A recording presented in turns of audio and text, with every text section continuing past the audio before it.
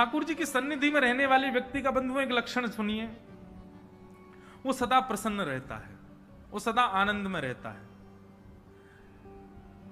आप दिखाते तो ऐसा है कि 4 घंटे आप सेवा करते हो, आप दिखाते तो ऐसा है कि आप 2 घंटे कथा सुनते हो, आप दिखाते तो ऐसा है कि आप पूर्ण वैष्णव वेश में रहते हो, लेकिन चिंता आपके जीवन में आती है, विचलनता आपके जीवन में आती है, विचलित आप हो जाते हो, तो निश्चित ही रूप से आप जो कर रहे हो वो कहीं ना कहीं उसमें अपूर्णता है, इसीलिए आप विचलित होते हो, इसीलिए आप चिंतित होते हो। वैष्णव कभी चिंतित विचलित नहीं होता, वो परम प्रसन्न रहता है, परम आनंद में रहता है, परम सुख में रहता है, वो प्रसन्नावस्था में रहता है। अभी महाराष्ट्र में कथा थी तो वहां एक भक्त की कथा में सुना रहा था, एक गोरोबा काका, पंडरीनाथ भगवान के परम भक्त हुए श्री गोरोबा काका। उनकी स्थिति भजन की कैसी, वो मटका बनाते थे और मटका की जो मिट्टी होती थी उसको पैरों से गूंदते थे।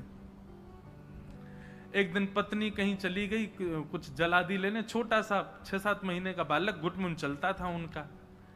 गोरोबा काका का नियम था कि जब वो मिट्टी गूंदते थे पैर से तो चप चप चप जब आवाज आती थी पैरों से तो उसी ताल में विठल विठल विठल विठल कीर्तन करते थे।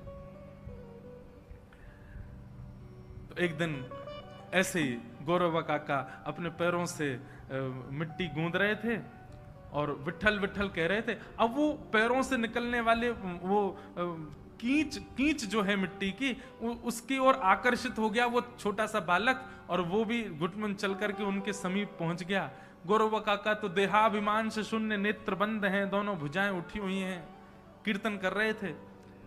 वो बालक समीप आता आता आता थोड़ा समीप आया होगा कि गोरोबा काका का पैर उस पर पड़ गया, और उनको यह भी भान नहीं रहा कि एक बालक मेरे पैर के नीचे आ गया, उनका खुद का बालक। कीर्तन नहीं छोड़ा, करते रहे करते रहे करते रहे, बालक की मृत्यु हो गई। पत्नी लौट करके आई और पत्नी ने आकर के जैसे ही देखा तो मिट्टी में सना हुआ बालक दलदल में पड़ा था, मृतक, और गोरोबा काका उसके ऊपर ही चढ़ करके कीर्तन कर रहे थे। कभी कभी कई भक्तों के चरित्र सुनकर के लगता है कि हम लोग कथा सुन लें, इसी में ही हम लोग बहुत हैं, बस ये जीवन में अगर हमारे घट गई ना घटना, ऐसी घटना तो कभी नहीं घटे, पर हम वैष्णव परिपूर्ण रूप से हो गए तो क्या हम स्वीकार कर पाएंगे हमारे साथ होने वाली स्थितियों को? गोरोबा काका कीर्तन करते करते इतना भी भान नहीं रहा, बालक के ऊपर चढ़ गए, मृत्यु हो गई। पत्नी ने आकर के धक्का दिया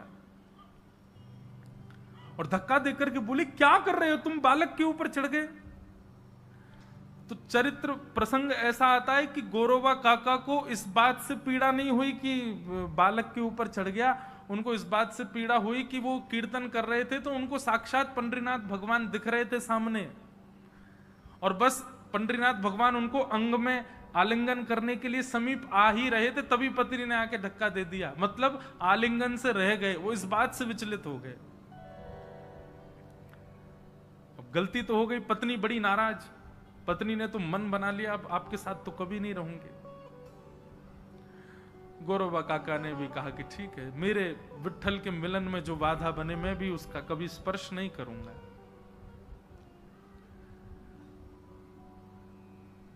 पर ठाकुर जी कहीं ना कहीं से परीक्षा तो लेते ही हैं। अब कथा तो बहुत बड़ी है, एक और ब्याह हुआ गोरोबा काका का, उन्हीं के छोटी बहन के साथ ब्याह हुआ, क्योंकि सबने कहा कि वंश आगे बढ़ना चाहिए, कैसे भी गोरोबा काका का वंश आगे बढ़े, आदि आदि ऐसी कथा है।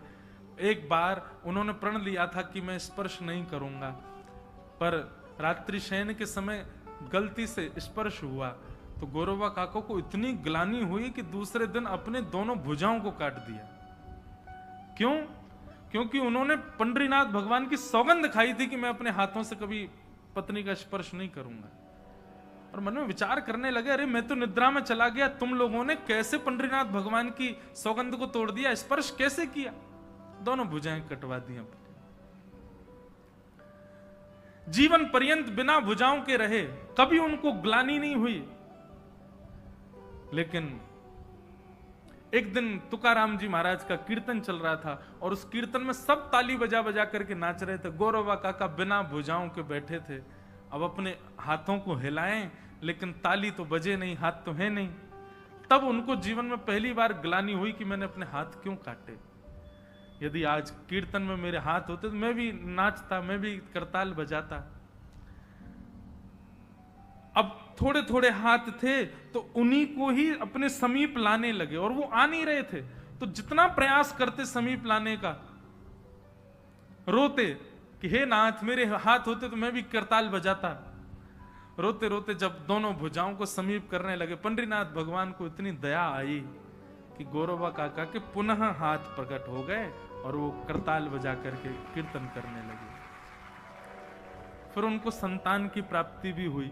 तो ठाकुर जी भैया परीक्षा लेने पे कभी आ जाएं, लोग बाग सामान्य से जीवन में होने वाली घटनाओं पर, बच्चा बीमार हो जाए तो आके कहते महाराज जी भगवान हमारी बड़ी परीक्षा लेते हैं। क्यों? हमारा बेटा बीमार रहता है। ये परीक्षा है ठाकुर जी की। परीक्षाएं देखनी है तो देखो भक्तों के चरित्र में कैसी कैसी परीक्षाएं ठाकुर जी कहां तक, किस स्थिति, कितने लेवल, कितने खतरनाक लेवल के टीचर हैं ठाकुर जी। इतना भयंकर प्रश्न देते हैं, सॉल्व नहीं कर पाओगे। परीक्षाएं ठाकुर जी हमारी तो ले ही नहीं रहे। एक प्रकार से ये कह दें तो कलयुग में तो ऐसी परीक्षा है कि परीक्षा के साथ साथ ठाकुर जी ने आंसर शीट और दे रखी है, पीछे से टीप टीप के करते जाओ। अभी तो परीक्षाएं होती ही नहीं है। ठाकुर जी तो बड़े भयानक परीक्षा लेते हैं जब लेने पर आते हैं, पर उस परीक्षा में भी जो विचलित ना हो। देखिए सबसे बड़ी बात क्या है, भक्त होना बड़ी बात नहीं है, भक्ति आपके चित्त में सदा बनी रहे चाहे स्थिति कैसी भी हो, यह बड़ी बात है। ब्याह होना बड़ी बात नहीं है, संबंध बना रहे यह बड़ी बात है। ज्ञानी होना बड़ी बात नहीं है, पर ज्ञान सदा बना रहे यह बड़ी बात है। तो ऐसे ही भक्त बन जाना, कथा सुन लेना, ये बड़ी बात नहीं है। वो भक्ति सदा कांस्टेंट आपके चित्त में वैसी की वैसी बनी रहे जैसी है। अहै तुक्य प्रतिहता ये आत्मा संप्रसिद्ध, श्रीमद् भागवत में कहते हैं। वो भक्ति यथावत रहे, ये बड़ी बात है। किसी भी स्थिति से आप विचलित ना हो।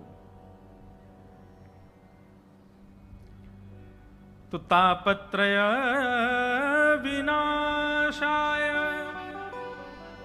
3 प्रकार के तापों का विनाश करने वाले ऐसे श्री कृष्ण को हम बारंबार प्रणाम करते हैं।